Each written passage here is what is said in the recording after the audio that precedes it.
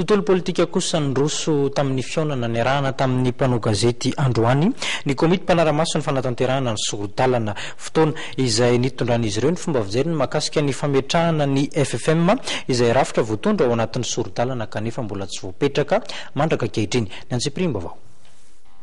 nandroso ny sosikevitra amin'ireo fepetra tokony apetraka amin'ny fisafidianana ireo mpikambana vaovao ao anatin'ny filakevitra ny fampihavanana malagasy ny komity mpanaramaso ny sorodalana nosoritanyity rafitra ity ary fa tsy mijanona amin'ny komity manomana ny fifidianana izay mpikambana ao amin'ny FFM ny fisafidianana izay mpikambana ao anatin'ity FFM ity fa iarahany iray aman-dreny mijoro ny finoana ary ny kinoska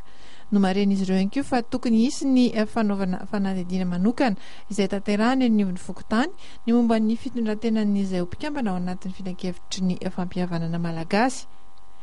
takina ihany koa ny bulletin numéro 2 izay avy ao amin'ny fitsarana ahafantarana raha toka efanisazana tsy ny kandida ho mpikambana akoatray dia nisy ihany koa ny toromarika izay nomen'ny komity mpanaramaso ny fanatanterahana sorodalana amin'ny gouvernemanta CIC dia mahita fa raha lalàna 2012-10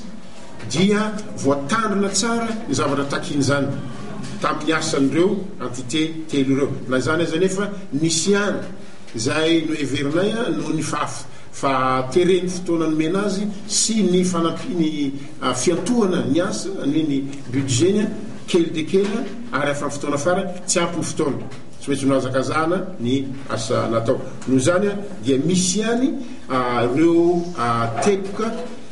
hiverina hoe mampisalasala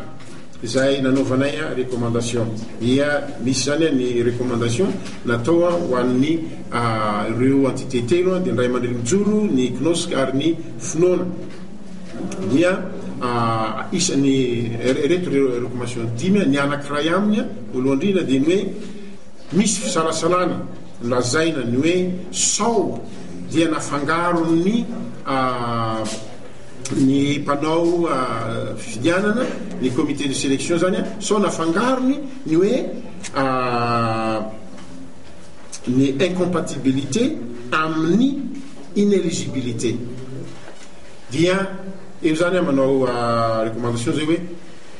jereo daholo ireo olona zay voakasiky ny article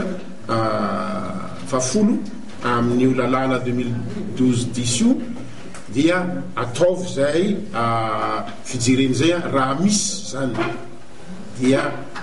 ahitsy raha misy mikasika ny fanatanterahana sorodalana izay dia nilaza ny teo anivon'ny komity fa efa eo ampijerena lesika rehetra izy ireo ary iso izy ireo hoatsoatsy ny fionana izay tanterahany komity manaramaso ny fanatanterahana sorodalana amin'ireo tompona ndraikitra sy ny tomponantoka amin'ny fanatotsana sorodalana ivoahana amin'ny krizy